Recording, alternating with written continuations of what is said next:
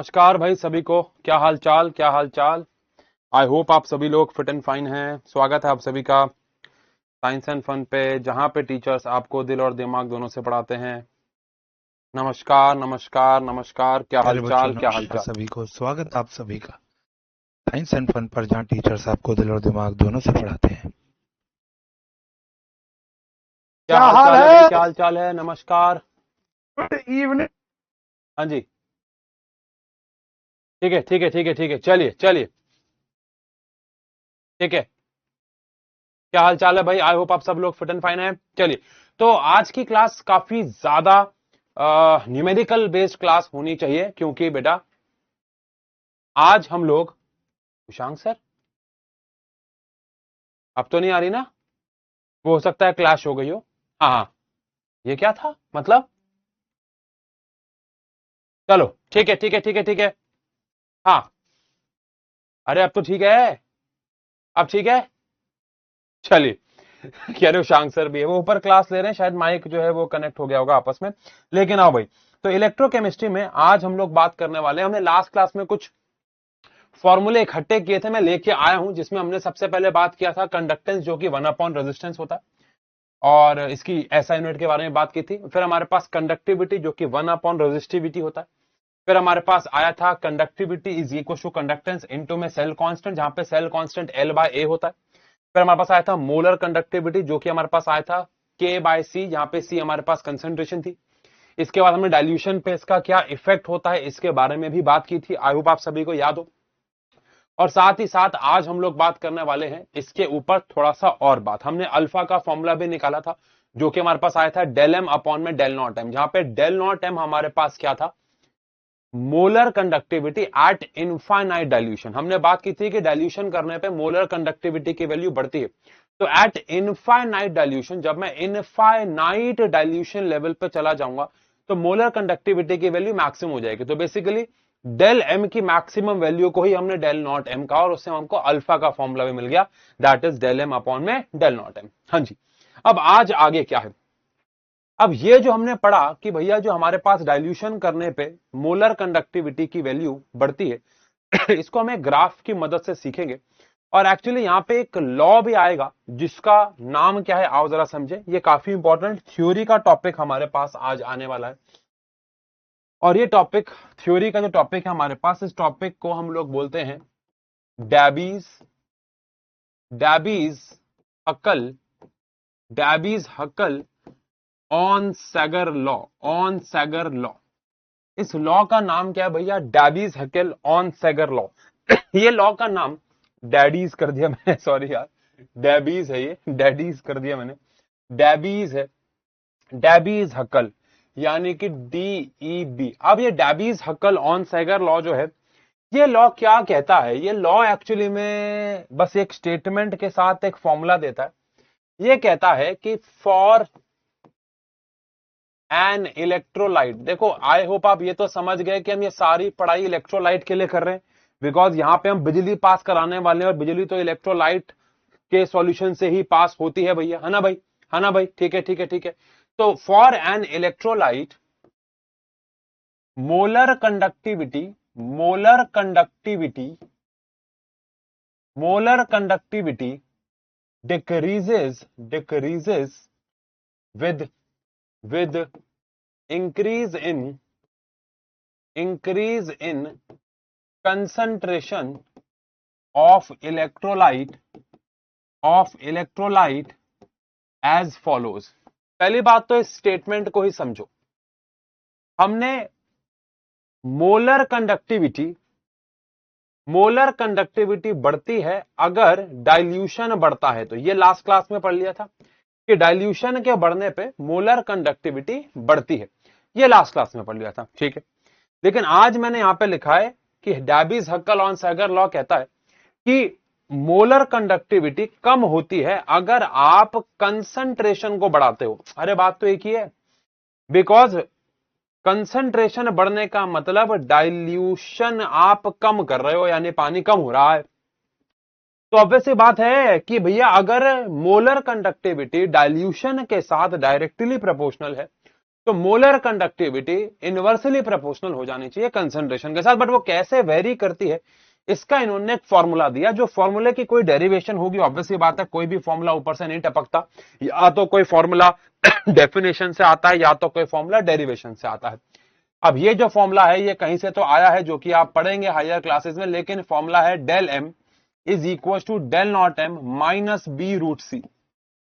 क्या फॉर्मूला है? Del M upon में del m is equal to del not m minus b root c. यहां पे आप डेल एम और डेल नॉट एम को तो जानते हैं, लेकिन यहां पे सी जो है वो ऑब्वियस सी बात है कंसंट्रेशन ऑफ इलेक्ट्रोलाइट है, कंसंट्रेशन ऑफ इलेक्ट्रोलाइट है, इलेक्ट्रोलाइट की कंसंट्रेशन है ये, ठीक है। और यहां पे बी जो है वो एक कांस्टेंट है, कांस्टेंट है।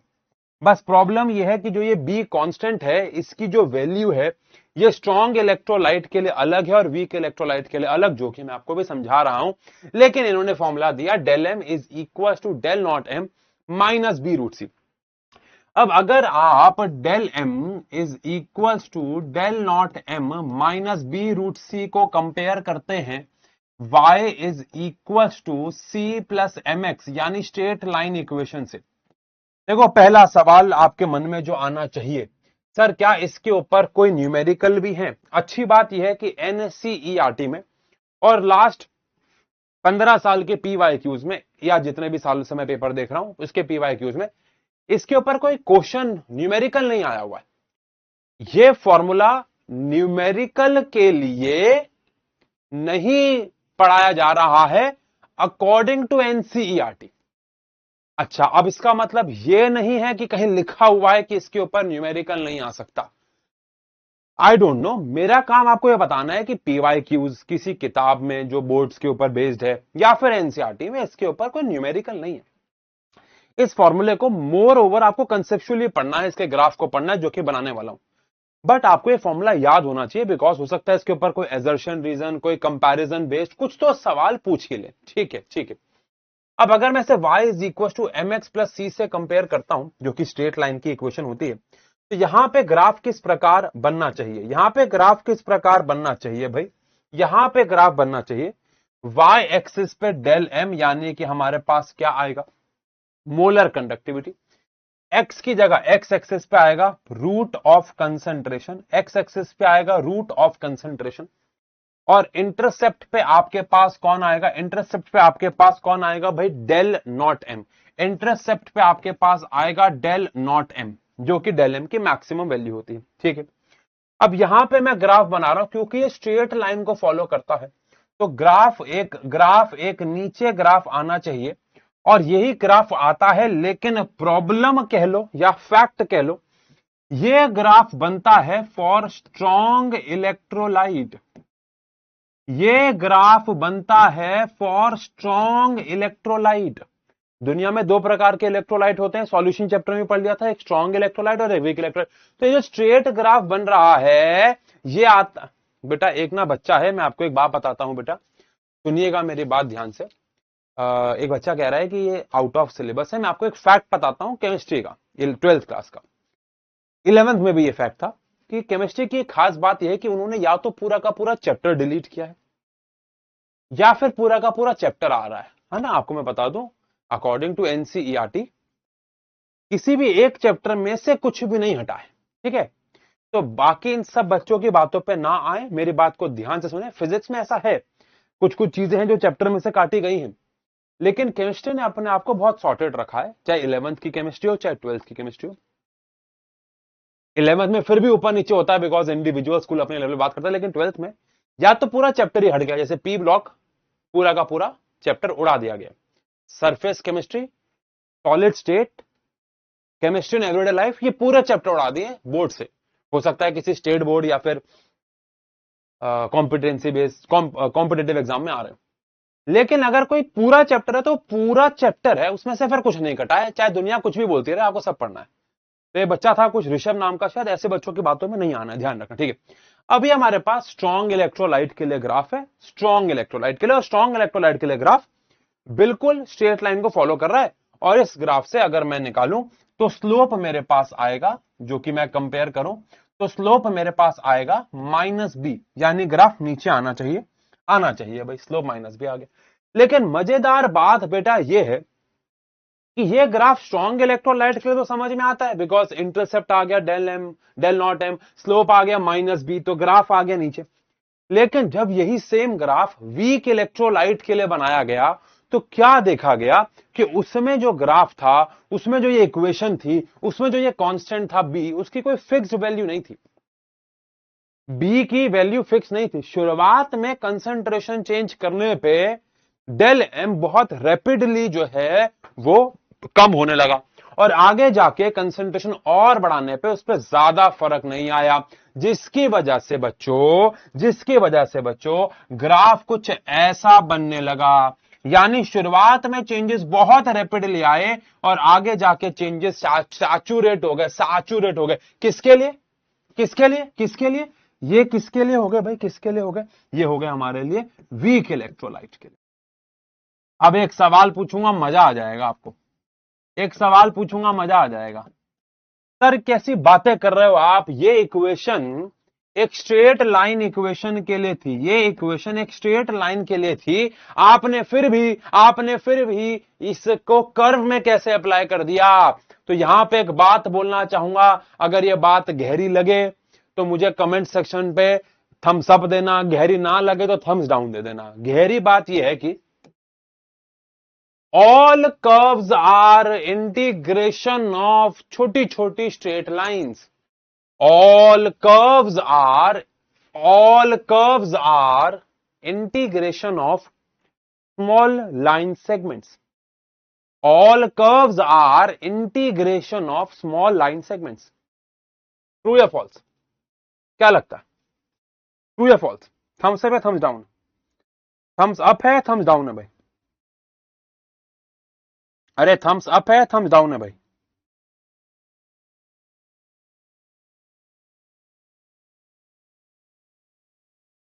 थम्स अप है। अच्छा, गुलाब का फूल भी आ गया, ठीक है। पता नहीं आपको ये बात पता है कि नहीं पता है कि जिस बोर्ड पे मैं लिख रहा हूं, उस बोर्ड पे अगर मैं लिखता हूं तो एक्चुअली में यहां पे छोटे छोटे स्क्वायर्स हैं, स्क्वायर्स। पता नहीं इन्हें कंप्यूटर की भाषा में पिक्सल कहते हैं या क्या कहते हैं, जो भी कहते हैं। लेकिन जब मैं ये लाइन बना रहा हूं, एक्चुअली में ये लाइन है ही नहीं, ये कर्व है ही नहीं, ये बहुत छोटे छोटे स्क्वायर्स हैं जो जुड़े हुए। एक बार एक बच्ची ने इंस्टाग्राम पे मेरा पूरा का पूरा पोर्ट्रेट बनाया था रूबिक क्यूब से। आपने देखा होगा, बहुत लोगों का बनाते हैं बच्चे। तो एक बच्ची ने, उस पूरी बच्ची का यूट्यूब इंस्टाग्राम अकाउंट ही इसके ऊपर है कि वो अलग अलग लोगों के रूबिक क्यूब से शक्ल बनाती। तो उस बच्ची ने मेरा पूरा का पूरा फेस बनाया रूबिक क्यूब से। अब दूर से देखने पे तो वो मेरी शक्ल लग रही है, लेकिन पास जाने पे तो वो स्क्वायर्स है ना, बिल्कुल ऐसे ही इस बोर्ड के अंदर भी बहुत छोटे छोटे स्क्वायर्स हैं, जिनसे यहां पे आप कोई भी शेप बनाओ तो बन जाएगी, क्योंकि वो बहुत छोटे हैं। तो आपको यहां पे एक बात समझनी होगी, जो कि बहुत सिंपल भाषा में समझाऊंगा बेटा, कि ये जो लाइन है, ये जो हरी वाली लाइन है जो कि आपको स्ट्रेट लग रही है, ओके। लेकिन जो ये ऑरेंज वाली लाइन मैंने बनाई है, ये भी एक्चुअली में छोटी छोटी स्ट्रेट लाइंस हैं जिनसे ये कर्व बना है। बस हर एक छोटी स्ट्रेट लाइन के लिए स्लोप की वैल्यू चेंज हो रही है। पहला स्लोप ऐसा है, फिर ऐसा है, फिर ऐसा है, और धीरे धीरे स्लोप की वैल्यू चेंज हो रही है। ग्राफ पहले बहुत रैपिडली नीचे आ रहा है, यानी कंसंट्रेशन को हल्का सा भी चेंज करने पे डेल एम जो है वो बहुत ज्यादा कम हो रहा है। लेकिन आगे जाने पे कंसंट्रेशन को चेंज करने पे डेल एम पे ज्यादा फर्क नहीं आ रहा है। शुरुआत में रैपिड डिक्रीज, फिर ग्रेजुअल डिक्रीज हो रहा है। अच्छा, अब स्ट्रेट लाइन के लिए भी अगर मैं इसको बिल्कुल आगे लेके जाऊं, अब इमेजिन करो कि यहां पे, यह बात आपको हर कोई नहीं बताएगा, ध्यान सुनना। अगर मैं स्ट्रेट लाइन को आगे लेके जाता हूं, तो ये लाइन तो यहां पे जाके रुक जाएगी, ओ इंटरसेक्ट हो जाएगी, जिसका मतलब यह है कि एक सर्टेन कंसंट्रेशन पे डेल एम शून्य हो जाएगा, जो कि पॉसिबल नहीं है। आप मुझे बताओ, फॉर्मूले के हिसाब से, हमने जो लास्ट क्लास में फॉर्मूला पढ़ा था बेटा, इतनी मैथ तो सबको आनी चाहिए। आप मुझे इस फॉर्मूले के हिसाब से बताओ, डेल एम की वैल्यू 0 कब होगी? अरे बता दो यार, डेल एम की वैल्यू 0 कब होगी? हाँ हाँ, ठीक है। ठीक है, okay, very nice, very nice, very nice, very nice. जब कंसंट्रेशन इनफाइनाइट हो जाएगी, डेल एम की वैल्यू जीरो तब होगी जब कंसंट्रेशन इनफाइनाइट हो जाएगी। यानी कंसंट्रेशन के इनफाइनाइट होने पे डेल एम को जीरो होना चाहिए, लेकिन ये स्ट्रेट लाइन तो कह रही है कि यहां पे जाके डेल एम जीरो हो जाएगा, जो कि पॉसिबल नहीं है। इसका मतलब है ये जो ग्राफ हमने बनाया है वो आगे जाके एक्चुअली में डॉटेड बनेगा और वो भी इसकी तरह सैचुरेट होगा, लेकिन लॉन्गर टर्म तक वो एक स्ट्रेट लाइन रहेगा। कंसेंट्रेशन बेटा के तो जीरो हो नहीं सकता ना, कंसेंट्रेशन इनफाइनाइट करनी होगी, which is not possible. In short, जो स्ट्रॉन्ग इलेक्ट्रोलाइट है उसके लिए भी ग्राफ आगे जाके सैचुरेट होता है, लेकिन वीक के लिए एक्सपोनेंशियल ग्राफ बनता है। तो ये है हमारे लिए स्ट्रॉन्ग इलेक्ट्रोलाइट और वीक इलेक्ट्रोलाइट। यानी कि अगर मैं इस पूरे ग्राफ को समझूं दो पॉइंट्स में, तो पहला पॉइंट यह है कि for strong electrolyte, for strong electrolyte, del m decreases with constant rate, decreases with constant rate with increase in root of concentration. अब ये रूट कहां से आया वो आप समझ रहे हो, वो डेरिवेशन है, ठीक है। यानी कि अगर मैं एक स्ट्रॉन्ग इलेक्ट्रोलाइट लेता हूं तो रूट ऑफ कंसेंट्रेशन इंक्रीज करने पे जो डेलएम है वो gradually with constant rate decrease होगा, ठीक है। लेकिन for weak electrolyte, for weak electrolyte del m decreases rapidly with decreases rapidly with increase in root of concentration initially and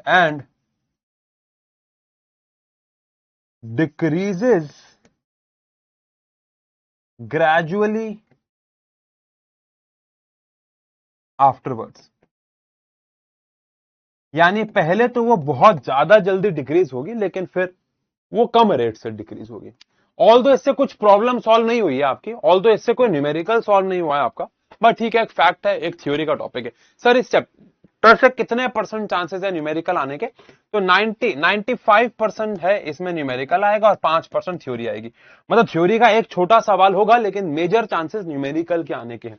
अब वो न्यूमेरिकल चाहे नर्स्ट इक्वेशन से है जो कि पीछे पढ़ लिया, वो न्यूमेरिकल चाहे अभी तक हमने जो फॉर्मूले इकट्ठे कर लिए उसके ऊपर आए, या फिर वो चाहे न्यूमेरिकल इस चैप्टर में आगे और भी दो कंसेप्ट आने हैं जो है फैराडेज लॉ, दो लॉ आएंगे, फैराडेज लॉ ऑफ इलेक्ट्रोलिसिस, दोनों के ऊपर न्यूमेरिकल आ सकता है। तो वो चाहे न्यूमेरिकल कहीं से भी आए, लेकिन ज्यादा चांसेस न्यूमेरिकल आने के रहेंगे, ठीक है, वो हम देखेंगे। चलिए, ठीक है, ठीक है, ठीक है, ठीक है। जीरो क्यों नहीं हो सकता, के जीरो क्यों नहीं हो सकता? बेटा के क्या है? कंडक्टिविटी है। और अगर हम एक इलेक्ट्रोलाइट, बेटा एक बच्चे का सवाल है, इसकी दो चार बच्चों का सवाल है कि के जीरो क्यों नहीं हो सकता। इसका आंसर बहुत सिंपल था वैसे तो बेटा, हम यहां पे इलेक्ट्रोलाइट्स के लिए बात कर रहे हैं, आपको पता है। और दुनिया में ऐसा एक भी इलेक्ट्रोलाइट कैसे हो सकता है जिसकी कंडक्टिविटी जीरो हो? कंडक्टिविटी जीरो, हाँ इंसुलेटर के लिए हो सकता है, वैसे तो इंसुलेटर के लिए भी नहीं होगा, ठीक है। चलो, कंडक्टिविटी क्या था? 1 अपॉन रजिस्टिविटी। तो कंडक्टिविटी जीरो कब होगा? जब रजिस्टिविटी इनफाइनाइट हो जाएगी। अब रजिस्टिविटी इनफाइनाइट किसकी होती है? वैक्यूम की होती है, फ्री स्पेस की होती है। अब वो कैसे आ जाएगा? मैं तो कह रहा हूं यहां पे इंसुलेटर भी नहीं आएगा, बट अगर इंसुलेटर भी आ गया, उसकी भी यहां पे रजिस्टिविटी की 10 की पार्ट 8 होगी, 10 की पार्ट 12 होगी, 10 की पार्ट चलो 15 होगी, तो भी ऊपर जाकर 10 की -15 आएगा, लेकिन एग्जैक्टली जीरो तो नहीं आएगा ना। और वैसे भी इलेक्ट्रोलाइट्स की बात हो रही है, उनके लिए तो रजिस्टिविटी इतनी बड़ी होती नहीं है, 10 की पावर माइनस में होती है, जिसकी वजह से कंडक्टिविटी हाई रहेगी। तो अगर आप अपने दिमाग में इलेक्ट्रोलाइट्स को रख रहे हो तो कंडक्टिविटी कभी भी जीरो नहीं हो सकती, और अगर आप इंसुलेटर्स को भी रख रहे हो तो भी नहीं हो सकती। फ्री स्पेस बहुत हाइपोथेटिकल हो जाएगा। समझ गए मेरी बात? ठीक है, ठीक है, ठीक है। चलिए आगे बढ़ सकते हैं, एक लॉ और पढ़ते हैं, फिर न्यूमेरिकल्स पे आ जाएंगे। मन में कोई सवाल चल रहा है क्या? एक लॉ और पढ़ते हैं, फिर आगे बढ़ते हैं। मन में कोई सवाल चल रहा है तो पूछ लो, वरना एक लॉ पढ़ते हैं और आगे चलते हैं फिर। नहीं है, ठीक है, ठीक है,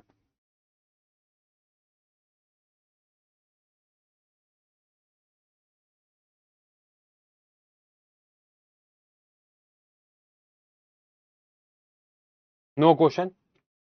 हाइपोथेटिकल का मतलब जो हम मन में सोच लेते हैं। टी मोलैरिटी है, हाँ हाँ हाँ, टी कंसेंट्रेशन मोलैरिटी है, मैंने बताया नहीं था आपको, ये बताया था, बताया था मोलर कंडक्टिविटीज। कहां गया, मैंने बताया था आपको इसके बारे में, कहां गया? हाँ ये रहा ना, मोलैरिटी है, ये हमने डिस्कस किया था बेटा। हाँ चलो आगे बढ़ते हैं फिर, कोई सवाल नहीं है तो। फ्लैश कार्ड्स बहुत अच्छे हैं, thank you Nishita, thank you बेटा, फायदा हो रहा है तो इससे अच्छी कोई बात ही नहीं है बेटा। चलिए अब आगे बढ़ते हैं और बात करते हैं एक आखिरी लॉ के बारे में, जिसके बाद हमारा ये वाला फेज खत्म हो जाएगा और हम आज हो सकता है कुछ न्यूमेरिकल्स पे भी आ जाए। That is called Ross law. मैं एक बार कॉल्ड रॉस लॉ की स्पेलिंग देख लेता हूं, बिकॉज ये बड़ा मुश्किल नाम है, मैं नहीं चाहता कि मैं आपको कोई भी स्पेलिंग गलत लिखवाऊं। मैं एक बार इसकी स्पेलिंग देख लेता हूं। Call Roche, call Ross law, call, भाई एक तो नाम ऐसे ऐसे है ना यार, बड़ी, वैसे तो नाम की स्पेलिंग में क्या रखा है, क्योंकि हम यहाँ पे आपको कोई अंग्रेजी तो पढ़ाने नहीं आए हैं, बट ठीक है, कॉल रॉस लॉ है ये, ठीक है। अच्छा आपको पता है, मैं जब खुद 12th में था, मैं इसकी तो प्रोनाउंसिएशन भी ढंग से नहीं जानता था, बहुत सालों बाद मुझे इसकी प्रोनाउंसिएशन आई है, बट ठीक है। कॉल रॉस लॉ क्या कहता है भाई? ये कहता है कि, ये कहता है कि molar conductivity of, molar conductivity at infinite dilution, जिसको आपको याद होगा हमने लिमिटिंग मोलर कंडक्टिविटी भी कहा था, molar conductivity at infinite dilution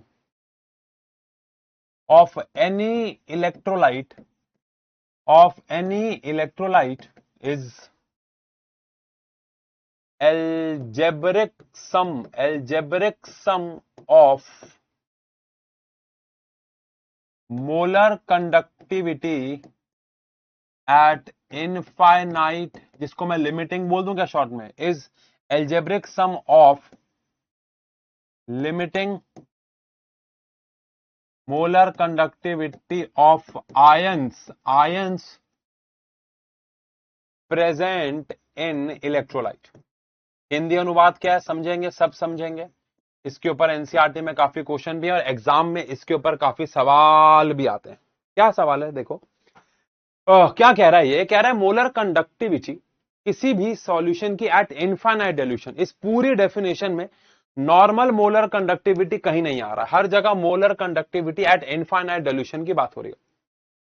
molar conductivity at infinite dilution of any electrolyte is algebraic sum of limiting molar conductivity of ions present in electrolyte.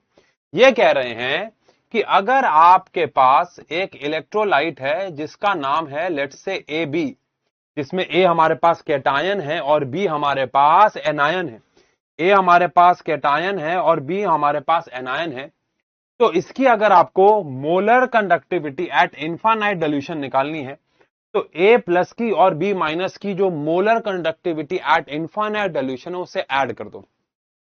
अब जैसे एक इलेक्ट्रोलाइट के लिए भी यूज डेल, हम एक आयन की कंडक्टिविटी के लिए लेमडा यूज करते हैं। अब यार देखो, आप ये मेरे पीछे मत पड़ना कि लेमडा क्यों, मैंने बनाया होता तो मैं सेम ही रखता, बट ठीक है इन्होंने कहा कि लेमडा से रिप्रेजेंट करना है, तो लेमडा नॉट ए प्लस और लेमडा नॉट बी माइनस। यानी अगर आपको एक इलेक्ट्रोलाइट की conductivity, molar conductivity at infinite dilution निकालनी है, तो उसके अंदर बैठे हुए आयंस की molar conductivity at infinite dilution add कर दीजिए। अच्छा, अब जैसे मान लो यहां पे आपको molar conductivity at infinite dilution निकालनी है x/2 की, ऐसा कोई है, तो उसमें आपको मोलर कंडक्टिविटी x+2 की और मोलर कंडक्टिविटी जो है वो y माइनस की लिखनी होगी, लेकिन क्योंकि यहां पे 2 y हैं तो यहां पे 2, एक्चुअली में 2 y हैं, तो आपको ऐसे लिखना होगा ना कि y माइनस और y माइनस 2 बार ऐड होगा, तो इससे बढ़िया है कि हम ये लिख दें कि ट्वाइस ऑफ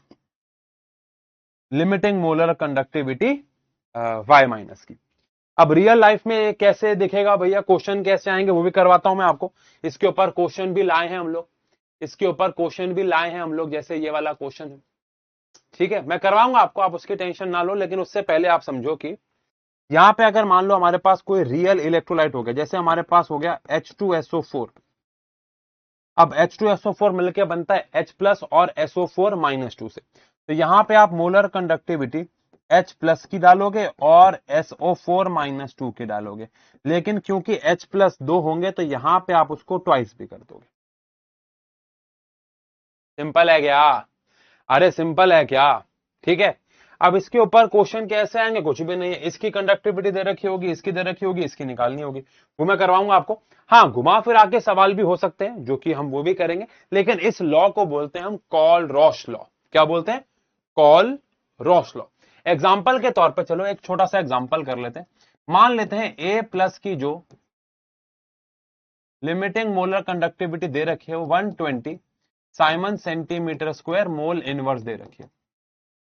और मान लेते हैं x माइनस की आपको दे रखी है 100 siemens centimetre square mole inverse दे रखी है। आपको बोला गया है कि आप A2X3 की molar conductivity at infinite dilution निकालो। निकालो, बताओ क्या आ रहा है, निकालो, बताओ क्या आ रहा है भाई, फिर हम इसको आगे बढ़ते हैं। ठीक है, निकालो इस डेटा से, ये जल्दी से निकाल दो, फिर आगे बढ़ते हैं और क्वेश्चंस पे आ जाते हैं सीधा। हाँ, साथ साथ करें, ये इस चैप्टर का लास्ट टॉपिक है। अबे नहीं बेटा, नहीं बेटा, सो जाते हो क्या बीच बीच में? नहीं बेटा, A2X3 के लिए अगर निकालेंगे तो भैया डेल नॉट ए प्लस और del not X A plus आएगा, नहीं A+3 आएगा ना, A+3 आएगा ना, A+3 आएगा। तो ये A+3 की होगी, sorry my bad my bad, ये A+3 की होगी और ये Y-2 की होगी, तभी तो क्रॉस मल्टीप्लाई हुआ ना। तो ये A+3 की होगी और ये X-2 की होगी, क्योंकि क्रॉस मल्टीप्लाई, समझ गए ना, वो फॉर्मूला आया होगा, ठीक है। और यहां पे हमारे पास आ गया है प्लस में X-2 के लिए। अब क्योंकि यहाँ पे A 2 है तो यहाँ पे 2 आएगा और X यहाँ पे 3 है तो 3 आ जाएगा। तो 2 इंटू में 120 आ गया, प्लस में 3 इंटू में 100 आ गया। तो यहाँ पे हमारे पास आ गया 300 और ये 240, तो 540 Simon centimetre square mole inverse हमारे पास आंसर आ गया। ठीक है, कुछ भी नहीं है सवाल। हाँ ठीक है, ठीक है, चलिए आगे बढ़े क्या, आगे बढ़े क्या? चलिए, अब इसके ऊपर सवाल कैसे आएंगे और पिछले हमने जितने भी टॉपिक किए उसके ऊपर सवाल कैसे होंगे ये हम आज जानेंगे और ये सारे क्वेश्चन बनाएंगे। लेकिन मैं चाहता हूं कि मैं आपको मैक्सिमम 30 सेकेंड्स दूं सारे फॉर्मूलों को एक बार रिवाइज करने के लिए। 30 सेकेंड, जल्दी जल्दी।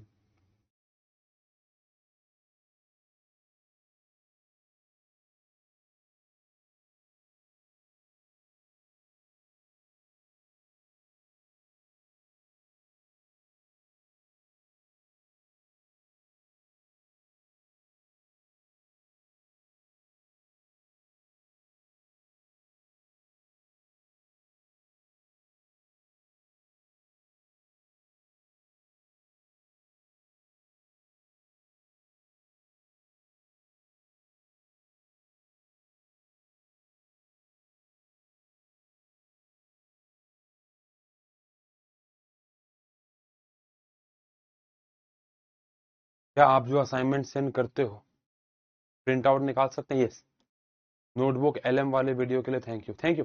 हाँ यार, मैं आप सबके लिए देखो वीडियोस बनाता हूं, जब तक आप, मैं इसके बाद बात करता हूं, बच्चे डिस्ट्रैक्ट होंगे, एक बार पढ़ लो ढंग से।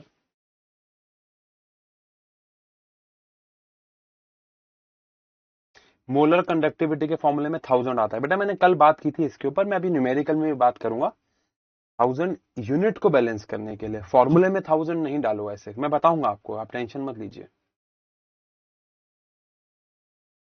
क्या विनर सीरीज में डैबीज हक्कल के ऊपर न्यूमेरिकल है? नहीं, शायद, जहां तक मुझे याद है नहीं। कंसेप्चुअल क्वेश्चन है, न्यूमेरिकल नहीं है। यस, चलिए डन है। ये फॉर्मूला है, ये भी काम आएगा, छोटा सा फॉर्मूला है लेकिन याद करेंगे।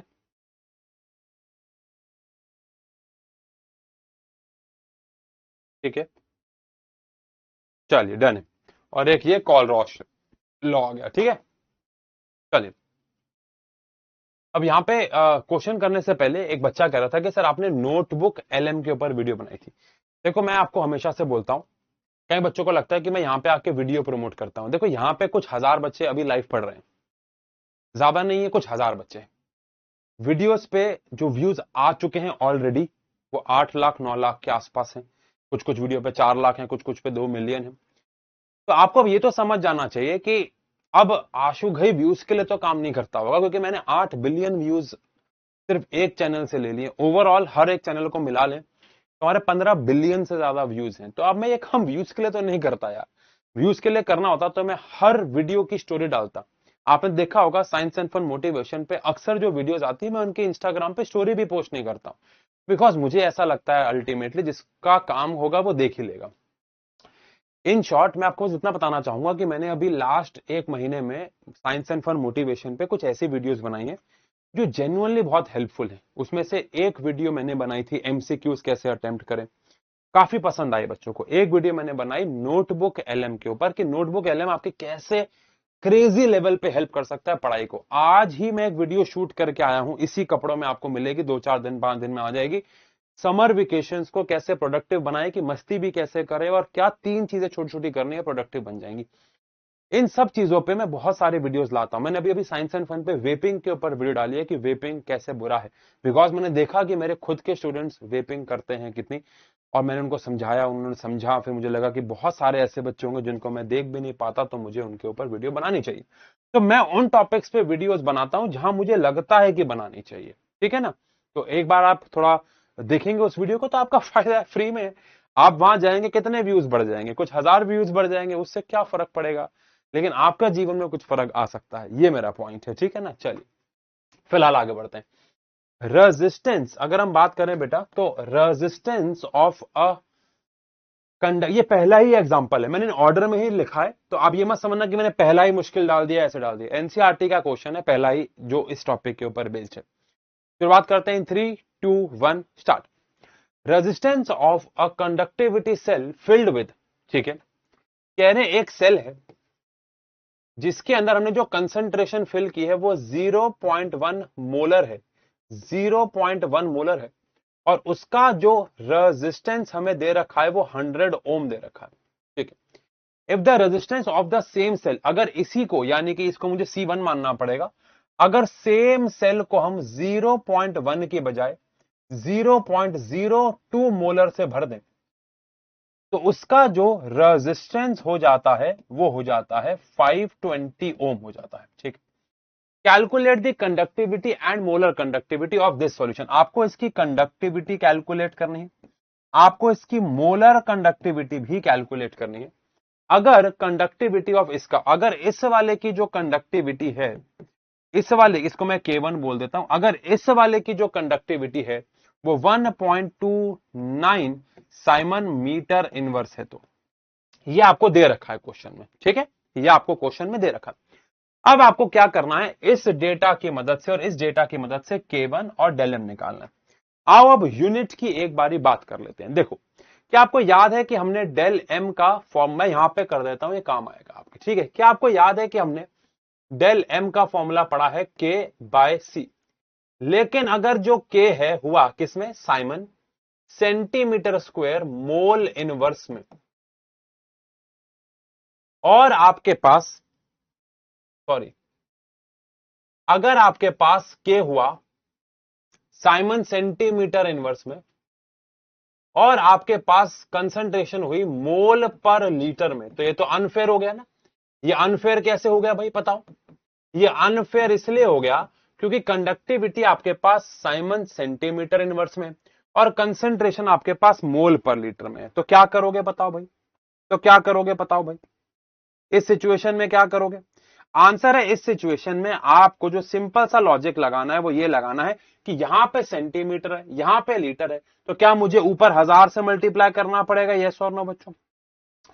क्या मुझे ऊपर 1000 से इसे मल्टीप्लाई करना पड़ेगा, यस और नो। आंसर है, आंसर है यस, आंसर है यस। मुझ क्यों, क्योंकि एक लीटर में 10⁻³ मीटर क्यूब होता है। 1 लीटर में 10⁻³ मीटर क्यूब होता है, और ऊपर 10⁻, नीचे आ गया 10⁻³ इधर आ गया 10⁻�6, तो 3 जीरो बच जाएंगे जो कि ऊपर जाके मल्टीप्लाई हो जाएंगे। तो अगर आप यहां पे सेंटीमीटर रखना चाहते हो और यहां पे लीटर रखना चाहते हो तो आप यहां पे 1000 से मल्टीप्लाई करोगे।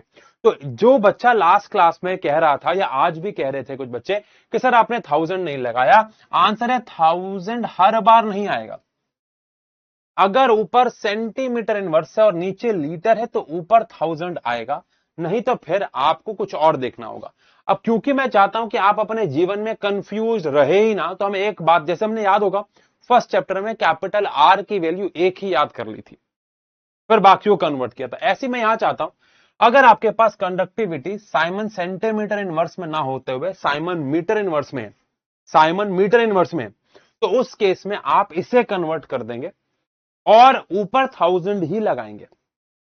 ठीक है, उस केस में आप इसे कन्वर्ट कर देंगे और ऊपर 1000 ही लगाएंगे। आई रिपीट, जैसे यहां पे आपके पास K1 है, तो क्या मैं ऐसे 1.29 साइमन सेंटीमीटर इनवर्स है। अब नीचे अगर मीटर को सेंटीमीटर में करना हो तो क्या मुझे इसे 100 से डिवाइड कर देना चाहिए और ये साइमन सेंटीमीटर इनवर्स में आ जाएगा? अरे बोलो यस और नो।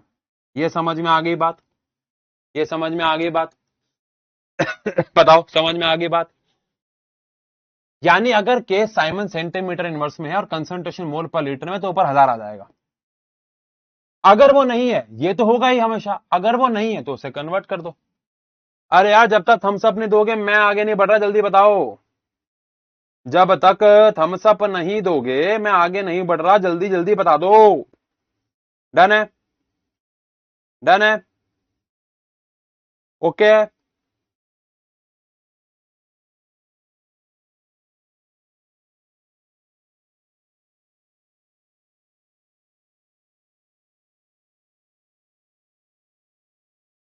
ठीक है, ठीक है बेटा, जब मैं पढ़ा रहा होता हूं और उस तरीके से सवाल पूछ रहा होता हूं, बीच में आप कुछ भी लिखोगे मैं नहीं पढ़ पाऊंगा, टाइम वेस्ट कर रहे हो आप।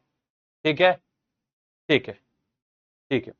अब यहां पे मैंने इसे कन्वर्ट क्यों किया? ताकि मैं ऊपर 1000 से मल्टीप्लाई कर सकूं और एक ही फॉर्मूला याद रखूं। आओ अब आगे बढ़ते हैं, क्वेश्चन पे वापस आते हैं। इसको हमने समझ लिया, क्वेश्चन पे वापस आ रहे हैं और दोबारा से क्वेश्चन को समझ रहे हैं बिकॉज बीच में लिंक टूटा है। क्वेश्चन कह रहा है कि आपके पास एक सेल है, उसमें आपने पहले एक इलेक्ट्रोलाइट को भरा जिसकी कंसंट्रेशन 0.1 मोलर थी, उससे जो रेजिस्टेंस आया वो 100 ओम था और जो कंडक्टिविटी आई 1.29 इंटू में 10⁻⁻² साइमन सेंटीमीटर इनवर्स आई। अब आपके पास एक और सेम सेल है और आपने उस सेल में से ये वाले इलेक्ट्रोलाइट को बाहर निकाल के एक दूसरे इलेक्ट्रोलाइट को डाल दिया जिसकी कंसंट्रेशन ये है, रेजिस्टेंस ये है, तो आपको कंडक्टिविटी और मोलर कंडक्टिविटी निकालनी है।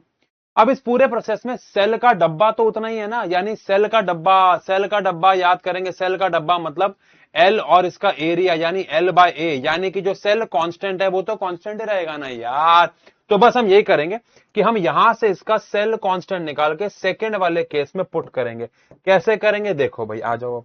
ठीक है, क्या हमें याद है कि हमारे पास एक फॉर्मूला आया था, वो आया था K is equal to G into में G स्टार। ठीक है, K हमारे पास कितना है 1.29 इंटू में 10⁻⁻² है। G क्या होता है 1 अपॉन रेजिस्टेंस होता है, तो 1 अपॉन रेजिस्टेंस आ गया। और G स्टार मुझे यहां से कैलकुलेट करना, इसको मल्टीप्लाई कर दूंगा तो ये इसे कैंसिल कर देगा, तो मेरे पास G स्टार की कुल मिला के वैल्यू आ जाएगी। कितनी आ जाएगी भाई? 1.29 इंटू में 10⁻⁻²। किस में आएगी ये? किस में आएगी? सेंटीमीटर इनवर्स में आएगी। सेल कांस्टेंट की यूनिट मैंने आपको बताई थी, सेंटीमीटर इनवर्स होती है। यहां से आपके पास सेल कांस्टेंट आ गया, सेल कांस्टेंट आ गया। अब इस सेल कांस्टेंट को मैं यहां पे पुट कर सकता हूं क्योंकि सेल कांस्टेंट तो सेम ही रहेगा।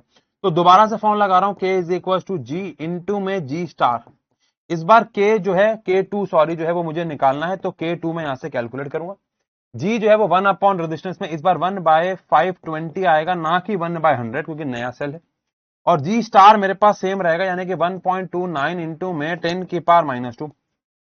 तो यहां से आपको नई वाली कंडक्टिविटी मिल जाएगी जो कि साइमन सेंटीमीटर इनवर्स में आएगी। ध्यान रखना किस में आएगी? साइमन सेंटीमीटर इनवर्स में आएगी। ठीक है, ठीक है।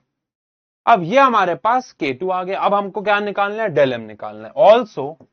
अब डेल एम तो निकल ही जाएगा, डेल एम का फॉर्मूला K इंटू में 1000/C। सर आपने 1000 कैसे लगा दिया, बिकॉज K हमारे पास साइमन सेंटीमीटर इनवर्स में और कंसंट्रेशन हमारे पास मोलर में।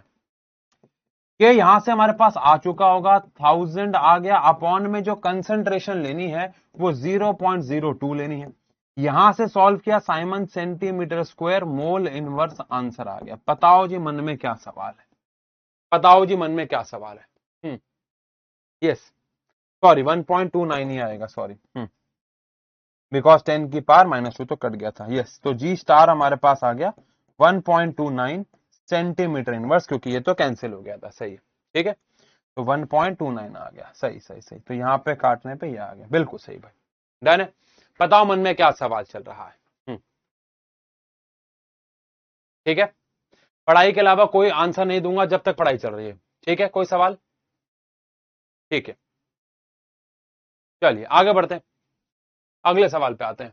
अगला सवाल क्या कह रहा है भाई, कह रहा है इलेक्ट्रिकल रेजिस्टेंस एक कॉलम का जिसकी कंसंट्रेशन आपको 0.05 मोलर दे रखी है, उसका जो रेजिस्टेंस है, उसका जो रेजिस्टेंस है डायमीटर 1 सेंटीमीटर पे और लंबाई 50 सेंटीमीटर पे, उसका जो रेजिस्टेंस है वो हमारे पास कितना है भैया, 5.55 इंटू में 10 की पावर 3 ओम। उसका जो रेजिस्टेंस है वो कितना है, 5.55 इंटू में 10 की पावर 3 ओम, ये उसका रेजिस्टेंस है। ठीक है, कैलकुलेट उसकी आपको रेजिस्टिविटी, कंडक्टिविटी और मोलर कंडक्टिविटी सब कुछ निकालना है। कुछ चीजों निकालना बहुत ही आसान है, जैसे रेजिस्टिविटी, कंडक्टिविटी और मोलर कंडक्ट सभी आसान है, लेकिन क्या सब एक सीक्वेंस में निकलेगा? आंसर है यस। कैसे? रेजिस्टिविटी निकालनी है तो फॉर्मूला लगाऊंगा रो एल बाय ए, रेजिस्टिविटी के बाद कंडक्टिविटी आएगी और कंडक्टिविटी के बाद मोलर कंडक्टिविटी आएगी। लेकिन प्लानिंग क्या है, प्लानिंग ये है कि अगर मैं फॉर्मूला लगाता हूं R is equals to rho l by A, तो यहां से रो का फॉर्मूला आ जाएगा R इंटू में ए बाय एल। तो रेजिस्टेंस तो मेरे पास है, लेकिन एरिया और लंबाई भी मेरे पास है। लंबाई को थोड़ा चेंज कर ले तो 0.5 मीटर आ गई। अब यहां से एरिया निकाल लेंगे, एरिया होता है पाई आर स्क्वायर, एरिया होता है मेरे बच्चों पाई आर स्क्वायर, पाई की वैल्यू 3.14 और रेडियस आप सबको पता ही है ये 1 सेंटीमीटर है। 10 की पावर -3 मीटर आ गया, तो रेडियस आ गया 5 इंटू में 10 की पावर -3, इसका हमें स्क्वायर कर देना। तो यहां से हमें मिल जाएगा मीटर स्क्वायर में एरिया। अभी मैं सब एसआई यूनिट में कर रहा हूं, तो रो की वैल्यू मेरे पास आ जाएगी आर, आर मेरे पास है 5.55 इंटू में 10 की पावर 3, एरिया मेरे पास आ चुका है 3.14 इंटू में 5 इंटू में 10 की पावर -3 का स्क्वायर, अपॉन में लंबाई हमारे पास आ चुकी है 0.5। इसको आपने सॉल्व किया, रो आ गया इतना, ओम मीटर आ गया। ये तो सब एस आई यूनिट में आया, ओम मीटर, कोई प्रॉब्लम नहीं होनी चाहिए। अच्छा, अब अगर आपके पास रेजिस्टिविटी आ गई तो कंडक्टिविटी भी आ जाएगी, कंडक्टिविटी आ जाएगी 1 अपॉन रेजिस्टिविटी। सॉल्व किया इतना, साइमन मीटर इनवर्स आएगा। क्या साइमन मीटर इनवर्स पसंद है आपको? बोलो बोलो, क्या साइमन मीटर इनवर्स पसंद है आपको? एरिया गलत क्यों है भाई, एरिया गलत क्यों है? देखो ये मत बोला करो कि गलत है, बोला करो क्यों गलत है, तभी तो टाइम बचेगा। अब आपने लिख दिया एरिया गलत है, मैंने पढ़ लिया, हमारा 2 मिनट वेस्ट।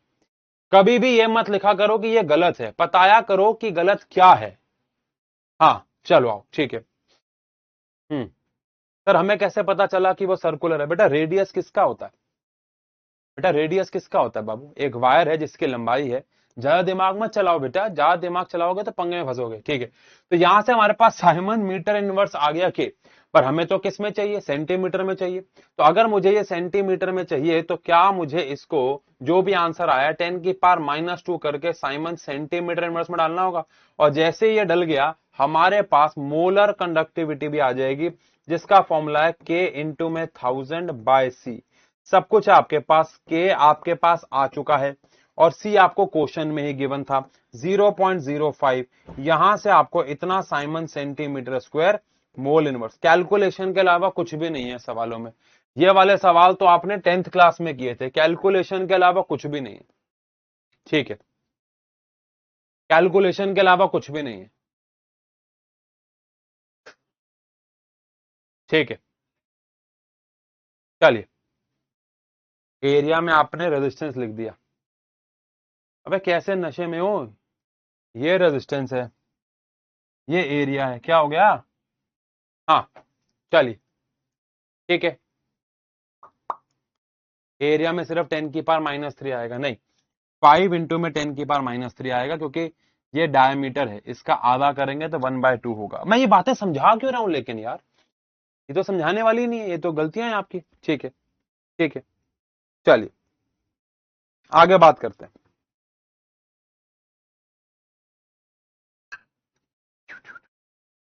2πRH आएगा एरिया। अरे भाई क्या, अरे यार अब मुझे ये भी समझाना पड़ेगा क्या? अरे बाबू, area, area of cross section होता है जो कि πr² होता है। 2πRH कहां से आ गया बाबू? चलो आगे बढ़ते हैं। हाँ,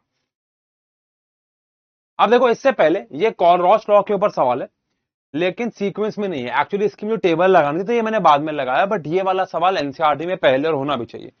अच्छा, एनसीईआरटी में क्वेश्चन में क्या लिखा हुआ है? ये टेबल गिवन नहीं है, क्वेश्चन इतना है बस, पर कहा गया है टेबल 3.4 ले लो। बट एग्जाम में जब ये क्वेश्चन आएगा, ऑब्वियसली बात है, या तो टेबल आएगी या तो वैल्यू आएगी। ठीक है, हम जब विनर सीरीज से क्वेश्चन करेंगे, पीवाईक्यूज करेंगे, आप समझ जाओगे कि क्वेश्चन एग्जाम में किस प्रकार से आएगा।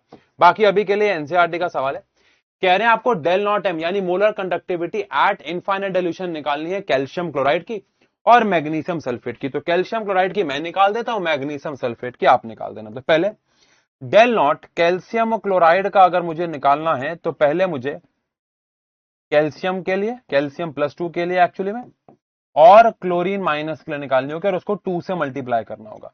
अब कैल्शियम के लिए हमारे पास 119 है, कैल्शियम के लिए हमारे पास 119 है, और क्लोरीन के लिए हमारे पास 2 इंटू में 76.3। बस सॉल्व भी तो करना है। किस में आंसर आएगा भाई? देखो दे रखा है, साइमन सेंटीमीटर² मोल इनवर्स में आएगा। चलो अब जल्दी से यही काम आपको कर लेना है।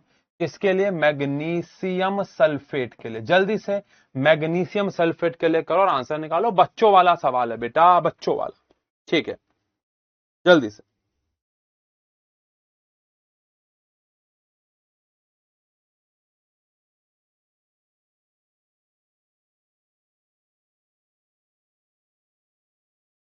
जल्दी करो।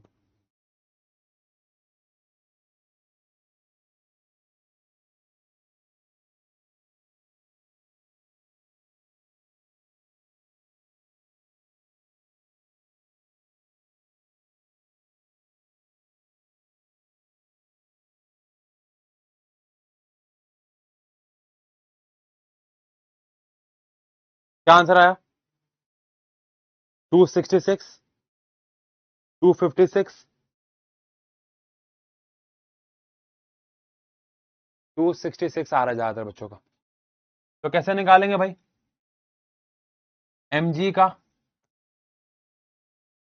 साथ में SO4-2 का, Mg+2 का साथ में SO4-2 का। Mg का कितना है भाई? 106, और SO4-2 का कितना है? 160। 266 साइमन सेंटीमीटर² मोल इनवर्स।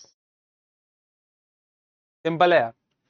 लेकिन एग्जाम में ये क्या, मैं ये नहीं कह रहा एग्जाम में ये सवाल नहीं आते, ये पीवाईक्यूज में आपको भर भर के मिलेंगे, लेकिन आजकल ऐसे वाले सवाल ज्यादा आने लगे हैं जहां पे आपको किन्हीं 2 या 3 सब्सटेंस की molar conductivity at infinite dilution दे रखा होगा और आपको उसकी मदद से चौथे इलेक्ट्रोलाइट के लिए निकाल रखा होगा, इंडिविजुअल आयंस नहीं दे रखे होंगे।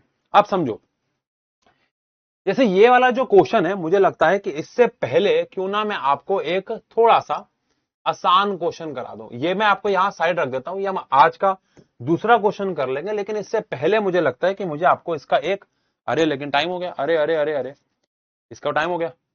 ठीक है, ठीक है, ऐसा करते हैं, ये वाला क्वेश्चन से पहले मैं आपको एक क्वेश्चन और करवा देता हूं। ये वाला चाहे हम फिर अगली क्लास में कर लेंगे, लेकिन सेम ही है। हो सकता है मैं आपको ये वाला कहूं कि आप एक बार ट्राई कर लेना होमवर्क में, क्योंकि सेम क्वेश्चन मैं यहां पे आपको करवा रहा हूं, लेकिन वो थोड़ा सा इससे आसान होगा।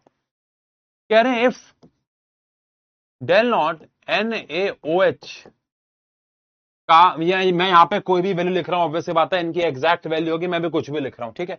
100 है, डेल नॉट HCl का 150 है, एंड डेल नॉट NaCl का, मान लेते हैं NaCl का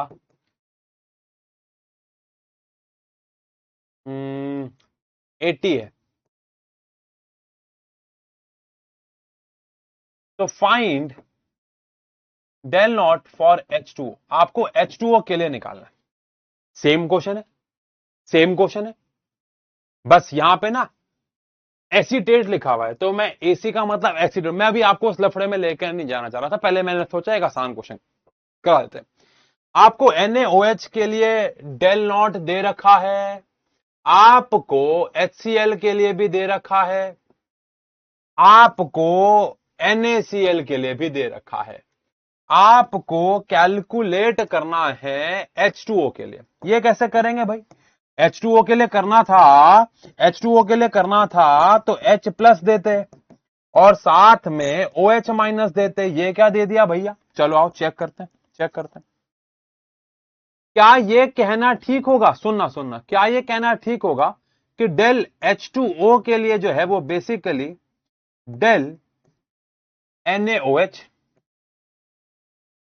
plus del HCl minus del NaCl है? अभी आप मेरी बात से कन्विंस नहीं होंगे, मैं भी आपको कन्विंस कर दूंगा, लेकिन H2O के लिए अगर मुझे डेल निकालना है, डेल नॉट निकालना है, तो NaOH और HCl को ऐड करके उसमें से NaCl माइनस कर दो। बट ये कैसे हो सकता है? आओ देखो, NaOH क्या है भाई? NaOH का मतलब है Na प्लस और OH माइनस, ठीक है। HCl का मतलब क्या है भाई? H प्लस और Cl माइनस, ठीक है भाई। और NaCl का मतलब क्या है भाई? Na प्लस और Cl माइनस। Na, लाल रंग पे ध्यान देना, Na ऑरेंज रंग पे ध्यान देना, NaOH में से OH मिल गया, HCl में से H मिल गया, लेकिन Na और Cl एक्स्ट्रा आ गया तो NaCl माइनस कर दिया। इसका मतलब यह है कि मैं काटते हुए दिखाना नहीं, हटा दूंगा, लेकिन Na को Na कैंसिल कर देगा, Cl को Cl कैंसिल कर देगा, बचेगा कौन? H प्लस और OH माइनस। बचेगा कौन? H plus. और तो आपको थोड़ा सा दिमाग लगाना पड़ेगा कि किसको ऐड करने से किसमें सब्ट्रैक्ट करना है। तो यहां पे Na को उड़ा देगा, तो हमारे पास OH यहां से आएगा, H यहां से आएगा, लेकिन NaCl बच जाएगा। तो उस NaCl को उड़ाने के लिए NaCl माइनस कर दिया, तो Na से Na कैंसिल, Cl से Cl कैंसिल, कुल मिला के आपको यहां पे H प्लस और OH माइनस मिल गया। अरे मिल गया ना, इसका मतलब ये साबित कर दिया हमने कि भैया H, ये मैंने आपको साबित करने के लिए बताया, एग्जाम में नहीं करना, ये एग्जाम में नहीं करना है। ये जो मैंने किया है आपको समझाने के लिए किया है, ये आपको एग्जाम में नहीं करना, नॉट इन एग्जाम। एग्जाम में तो आपको सीधा करना है। क्या करना है? सीधा। ये मैं आपको होमवर्क दे रहा हूं, ये मैं आपको होमवर्क दे रहा हूं, लेकिन एग्जाम में सीधा क्या करना है आपको? एग्जाम में तो आपको आंसर लिखते वक्त सीधा काम करना है कि डेल H2O के लिए कैसे निकालेंगे। तो आंसर है डेल NaOH और डेल HCl ऐड करके उसमें से NaCl माइनस कर देंगे, सिंपल। अब NaOH के लिए मैंने आपको 100 दिया, ये वैल्यू एग्जैक्ट बिल्कुल भी नहीं है, इसके लिए मैंने आपको 150 दिया और उसमें से मैंने कहा कि 80 माइनस कर दो। तो 250 में से अगर मैं 80 माइनस कर दूंगा तो क्या आंसर आ जाएगा बताओ? 250 में से अगर मैं 80 माइनस कर दूंगा, हो गया आंसर। वैल्यू कैसे मिलेंगी? ये वैल्यू एग्जाम में गिवन आएंगे बेटा, जैसे यहां पे गिवन आ रही है, वैल्यू गिवन आएंगी जैसे यहां पे गिवन आ रही है बेटा। 170 Simon centimetre square mole inverse हमारा आंसर आ गया, ये वैल्यू गिवन आएंगी बेटा। डन है। तो इस तरीके से आपको कोई 3-4 लोग दे रखे होंगे और चौथा पांचवा आपसे पूछ लेंगे।